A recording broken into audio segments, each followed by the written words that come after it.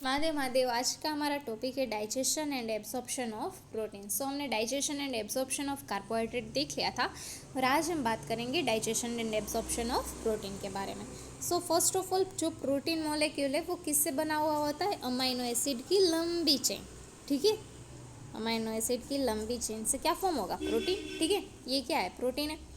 तो इस प्रोटीन को हमें ब्रेक डाउन करना है, छोटे छोटे टुकड़ों में कन्वर्ट करना है, उसे हम कहेंगे डाइजेशन। ठीक है, इतना पता चल गया आपको। देखो, अब जब हम खाना खाते तो उसके अंदर क्या प्रेजेंट होता है? प्रोटीन प्रेजेंट होता है। ठीक है, ये प्रोटीन है। अब ये प्रोटीन एंटर होगा आपके माउथ के अंदर, फिर आएगा स्टमक के अंदर एंड देन इंटेस्टाइन में। ठीक है, माउथ और ये है स्टमक और ये है इंटेस्टाइन और ये है आपका पेंक्रियाज। क्या है? पेंक्रियाज है। ठीक है, देखो अब क्या होगा कि जब आप खाना खाते हैं तो उसके अंदर अगर प्रोटीन प्रेजेंट है तो वो एंटर होगा माउथ के अंदर। तो माउथ में कोई भी प्रोटियोलाइटिक एंजाइम प्रेजेंट नहीं है, इसीलिए माउथ में प्रोटीन का डाइजेशन नहीं होगा। फिर प्रोटीन एंटर करेगा स्टमक के अंदर। तो स्टमक के अंदर दो एंजाइम प्रेजेंट होते हैं। फर्स्ट है हमारा रेनिन और सेकेंड है हमारा पेप्सिन। ठीक है, तो ये जो रेनिन है वो जनरली जो भी छोटे बच्चे होते हैं उसके अंदर प्रेजेंट होता है, एडल्ट के अंदर ये प्रेजेंट नहीं होता है।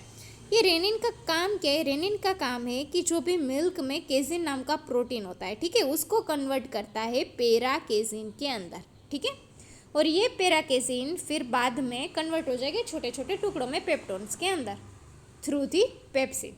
ठीक है, तो पेप्सिन का काम क्या है कि जो भी लार्जर जो भी प्रोटीन है प्रेजेंट है, ठीक है, उसको छोटे छोटे टुकड़ों में कन्वर्ट करना। फिर आएगा हमारा ये प्रोटीन इंटेस्टाइन के अंदर। तो यहाँ देखो पेंक्रियाज प्रेजेंट है, तो यहाँ पेंक्रियाज सिक्रीट करेगा एंजाइम। ठीक है, कौन कौन से एंजाइम सिक्रीट करेगा?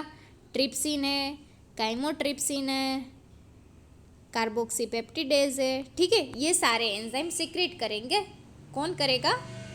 पेंक्रियाज। ठीक है, लेकिन ये जो तीनों एंजाइम है अगर उसको डाइजेशन करना होगा प्रोटीन का तो उसको रिक्वायरमेंट होगी अल्कलाइन पीएच की। ठीक है, अल्कलाइन पीएच की रिक्वायरमेंट होगी। तो जो ये पेंक्रियाज है वो सिक्रेट करेगा क्या? Pancreatic juice. ठीक है, ताकि जो भी स्टमक में HCl था, ठीक है, उसकी वजह से एसिडिक पीएच हो गई थी, उसको अल्कलाइन कर देगा। ठीक है, अब ये तीनों एंजाइम है वो एक्ट करेगा प्रोटीन के ऊपर, वो छोटे छोटे पेप्टोन्स के अंदर कन्वर्ट करेगा, डाइपेप्टाइड बनाएगा, ट्राइपेप्टाइड फॉर्म होगा। ठीक है, और वो एब्जॉर्ब हो जाएंगे हमारे इंटेस्टाइन के थ्रू। ठीक है, इतना समझ में आ गया? देखो अब हम उसको डिटेल में पढ़ेंगे। यहाँ लिखा हुआ है digestion and absorption of protein. So जब भी हम खाना खाते तो उसके अंदर प्रोटीन प्रेजेंट होता है, तो वो प्रोटीन डीनेचर हो जाता है जब हम उसे कुक करते हैं, इसीलिए वो इजीली डाइजेस्ट हो जाता है। ठीक है, जो proteolytic enzymes are secreted as inactive form, मतलब कि जो भी एंजाइम्स है प्रोटियोलाइटिक वो पहले सिक्रेट होते इनएक्टिव फॉर्म में, मतलब कि वो डाइजेशन करने के लिए कैपेबल नहीं होते। जब हम उसको उसका जो ऑप्टिमम रिक्वायरमेंट है, ठीक है, वो हम उसे प्रोवाइड करेंगे तब वो जाके एक्टिवेट होगा। ठीक है, तो देखो प्रोटियोलाइटिक एंजाइम जनरली 2 टाइप्स के होते हैं, एंडोपेप्टिडेज एंड एक्सोपेप्टिडेज। तो एंडोपेप्टिडेज हम किसे कहेंगे? एंडोपेप्टिडेज मतलब कि देखो यहाँ लिखा हुआ है इनसाइड द प्रोटीन, जो भी ये प्रोटीन मॉलिक्यूल है, ठीक है, तो मतलब जो बीच में जो बॉन्ड होते हैं, ठीक है, अंदर वाला, इनसाइड वाले, उस बॉन्ड को क्या करेंगे? ब्रेक डाउन करेंगे जो एंजाइम, उसे हम कहेंगे एंडोपेप्टिडेज।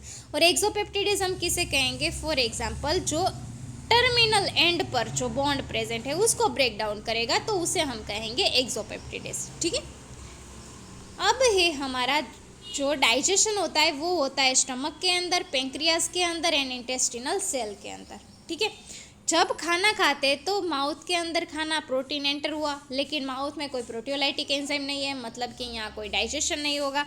फिर एंटर होगा हमारे स्टमक के अंदर। ठीक है, तो स्टमक के अंदर 2 एंजाइम प्रेजेंट है, रेनिन एंड पेप्सिन। तो रेनिन है वो क्या करेगा? मिल्क के अंदर जो केजिन प्रोटीन प्रेजेंट होगा उसको कन्वर्ट करेगा पेरा केजिन के अंदर, और ये पेरा केजिन है, ठीक है, वो फिर से डीनेचर हो जाएगा बाय दी पेप्सिन एंजाइम। ठीक है, पेप्सिन का काम क्या है? जो सीक्रेटेड होगा चिप सेल से, ठीक है, लेकिन वो कैसा होगा, इनएक्टिव फॉर्म में होगा, मतलब कि पेप्सिनोजन हम उसे कहेंगे जो इनएक्टिव है उसे, ठीक है। फिर वो एक्टिवेट होगा HCl की मदद से। क्यों, जब भी स्टमक के अंदर क्या HCl सीक्रेट होगा तो ये पेप्सिनोजन एक्टिव फॉर्म में आ जाएगा पेप्सिन के अंदर, ठीक है। और ये पेप्सिन प्रोटीन को क्या कर देगा, डाइजेस्ट कर देगा और कन्वर्ट कर देगा छोटे छोटे फ्रेगमेंट के अंदर, ठीक है। फिर हमारा खाना कहाँ आएगा, इंटेस्टाइन के अंदर। तो इंटेस्टाइन के जो बाजू में कौन सी ऑर्गन कौन सा प्रेजेंट होता है, पेंक्रियास, ठीक है।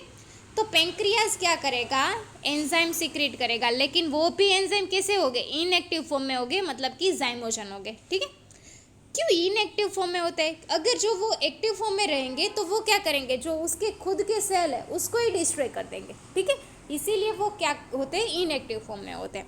फिर क्या करेंगे, जो भी पेंक्रियाज है वो पेंक्रियाटिक जूस सीक्रेट करेगा, ठीक है, इसीलिए उसके पीएच है वो अल्कलाइन हो जाएगी, क्योंकि ये सारे एंजाइम है पेंक्रियाज के वो एक्टिवेट होते हैं अल्कलाइन पीएच के अंदर, ठीक है।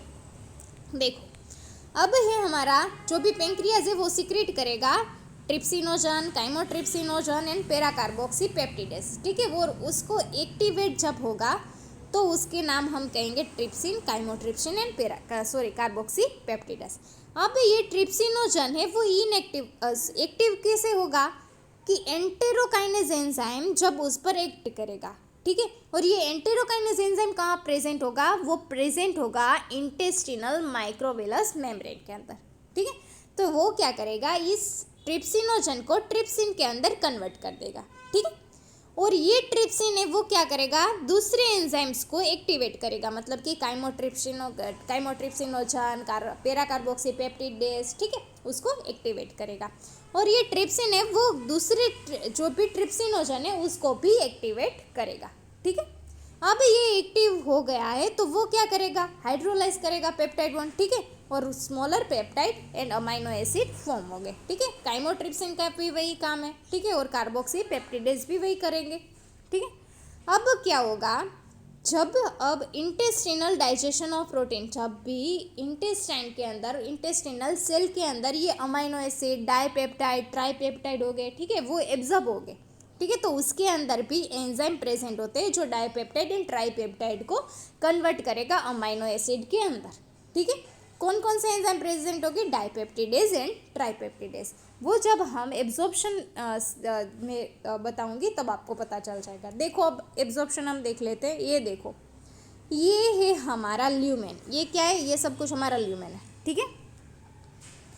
और ये है हमारे इंटेस्टिनल सेल, ठीक। तो अब क्या होगा कि यहाँ देखो, आप देख सकते हो यहाँ सोडियम आयन डिपेंडेंट पंप है, को ट्रांसपोर्टर है, ठीक है, सोडियम आयन डिपेंडेंट पंप है। मतलब कि यहाँ फॉर एग्जांपल ल्यूमेन के अंदर क्या प्रेजेंट है, अमाइनो एसिड प्रेजेंट है। अब इस अमाइनो एसिड को इस सेल के अंदर आना है, ठीक है। तो वो किस तरह से आएगा, किस तरह से एब्जॉर्ब होगा, वो डिपेंड होता है सोडियम आयन के ऊपर। जब भी सोडियम आयन यहाँ आएगा तब उसके साथ साथ अमाइनो एसिड भी एंटर करेगा, ठीक है। तो अब हमें क्या करना होगा कि सोडियम आयन का कंसंट्रेशन अगर हम इस सेल के अंदर डिक्रीज कर दें, ठीक है, तो क्या होगा, यहाँ सोडियम आयन का कंसंट्रेशन ज़्यादा हो जाएगा। तो ये सोडियम आयन कहाँ ट्रांसफ़र हो गए, सेल के अंदर, ठीक है। तो देखो यहाँ इसीलिए सोडियम पोटेशियम पंप प्रेजेंट होता है। वो क्या करता है कि एनर्जी का यूटिलाइज करके जो यहाँ सोडियम आयन प्रेजेंट होते हैं, ठीक है, उसको ट्रांसफ़र करते हैं ब्लड स्ट्रीम के अंदर, और जो पोटेशियम आयन है, ठीक है, वो ट्रांसफ़र हो गए सेल के अंदर। इसीलिए अब क्या होगा कि यहाँ सोडियम आयन का कंसंट्रेशन हो गया डिक्रीज, ठीक है। इसीलिए यहाँ ल्यूमेन में सोडियम का कंसंट्रेशन अब ज़्यादा है, तो वो कहाँ ट्रांसफ़र होगा, सेल के अंदर। तो जब भी सोडियम आयन सेल के अंदर एंटर होगा तो उसके साथ साथ अमाइनो एसिड भी ट्रांसफ़र होगा, ठीक है। अब देखो, ये तो अमाइनो एसिड की बात हो गई। अब डाइपेप्टाइड और ट्राइपेप्टाइड की बात कर लेते हैं। तो डाइपेप्टाइड और ट्राइपेप्टाइड, यहाँ देखो आपको दिख रहा होगा सोडियम हाइड्रोजन एक्सचेंज, ठीक है, यहाँ है सोडियम हाइड्रोजन एक्सचेंज प्रोटीन, और यहाँ फिर से एक पंप है। तो यहाँ देखो जब भी सोडियम एंटर होता है सेल के अंदर तब हाइड्रोजन है वो ट्रांसफ़र होता है आउटसाइड दी सेल, ठीक है। तो यहाँ देखो डाइपेप्टाइड और ट्राइपेप्टाइड को अगर सेल के अंदर एंटर होना है तो उसको रिक्वायरमेंट होगी हाइड्रोजन आयन की। किसकी रिक्वायरमेंट होगी? हाइड्रोजन आयन की।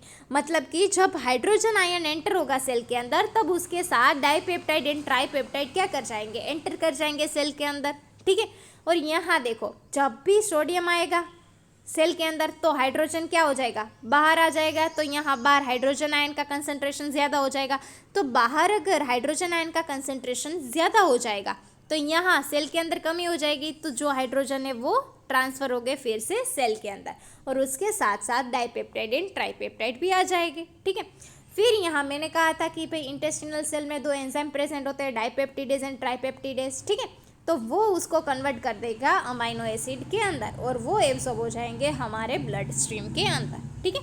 तो ये था आज का हमारा topic, digestion and absorption of protein. अगर आपको कुछ भी डाउट हो तो आप मुझे कमेंट कर सकते हैं। Thank you.